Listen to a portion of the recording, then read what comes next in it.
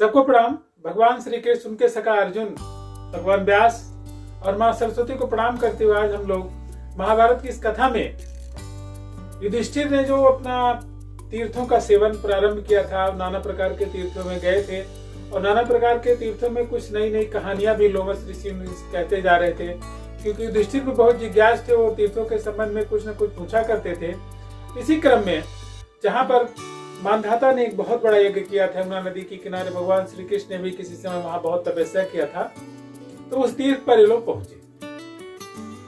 कहते हैं कि उस तीर्थ के संदर्भ में लोमस ऋषि ने उन्हें एक कथा सुनाई और वो कथा कुछ इस प्रकार है कि एक बहुत प्रतापी राजा थे जो कि इक्ष्वाकु वंश में पैदा हुए थे। भगवान राम का वंश भी इक्ष्वाकु का ही वंश है और कहते हैं उन राजा का नाम था यूनास। यूनास बहुत ही तपस्वी थे। उन्होंने अपना राज्य काज मंत्रियों पर सौंप करके वो वन में जाकर के तपस्या किया करते। प्रतापी भी बहुत थे। एक बार भृगुवंश के ऋषि ने एक यज्ञ का आयोजन किया और उस यज्ञ में उन्होंने एक गुप्त प्रयोजन रखा कि राजा को एक ऐसा प्रतापी पुत्र पैदा जो कि तीनों लोकों का पालन करने की क्षमता रखे। कहते कि एक दिन राजा को प्यास लगी और प्यास लगने पर उन्होंने ऋषियों को जगाया, लेकिन कोई जगह नहीं। तो रात्रि में उन्होंने एक ऐसा जल देखा, एक जगह एक घड़ा रखा था और उस जल को उन्होंने पिया। सुबह उठ करके जब ऋषियों के बाद पता चली कि जिस घड़े में मंत्र युक्त जल रखा था वो तो घड़ा ही खाली है, उसका जल गायब हो गया। तो कहते हैं सुबह जब सबसे पूछा गया तो राजा ने कहा कि नहीं, मुझे बहुत प्यास लगी थी और प्यास मुझसे सहन नहीं हो रही थी तो मैं वो पानी पी गया।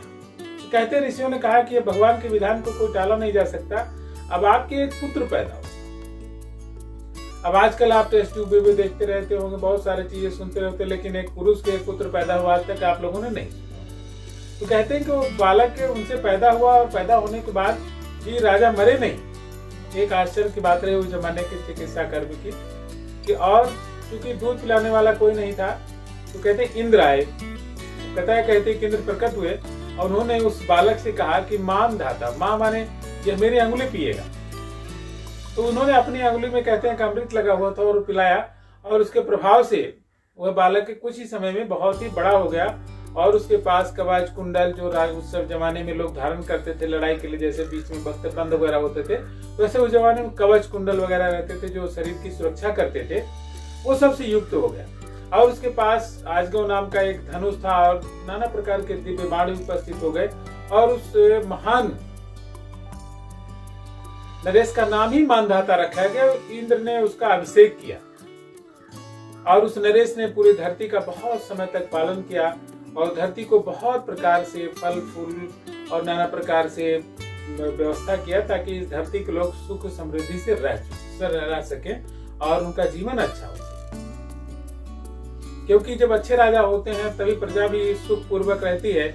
अगर राजा अच्छे नहीं है, उनका मैनेजमेंट, उनकी व्यवस्था सही नहीं है तो फिर प्रजा भी दुख में रहती है। तो इंद्र के सहयोग से मानधाता ने शासन किया और उनको दिव्य बुद्धि प्राप्त हुई, जिसके नाते वे संसार की व्यवस्था को अच्छा कर सके। आपने राजा पृथु का नाम भी सुना होगा, जिन्होंने इस धरती को समतल किया और उसी के नाम से धरती का नाम ही पृथ्वी पड़ गया। पृथ्वी जो हम कहते हैं राजा पृथु के नाम से।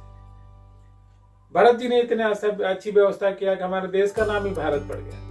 बहुत सारे अच्छे अच्छे राजा हुए जिन्होंने इस धरती को अच्छा बनाने में अपना योगदान किया है। तो उन सबको प्रणाम करते हुए आज की संक्षिप्त कथा को हम यहीं पर समापन करते हैं। सबको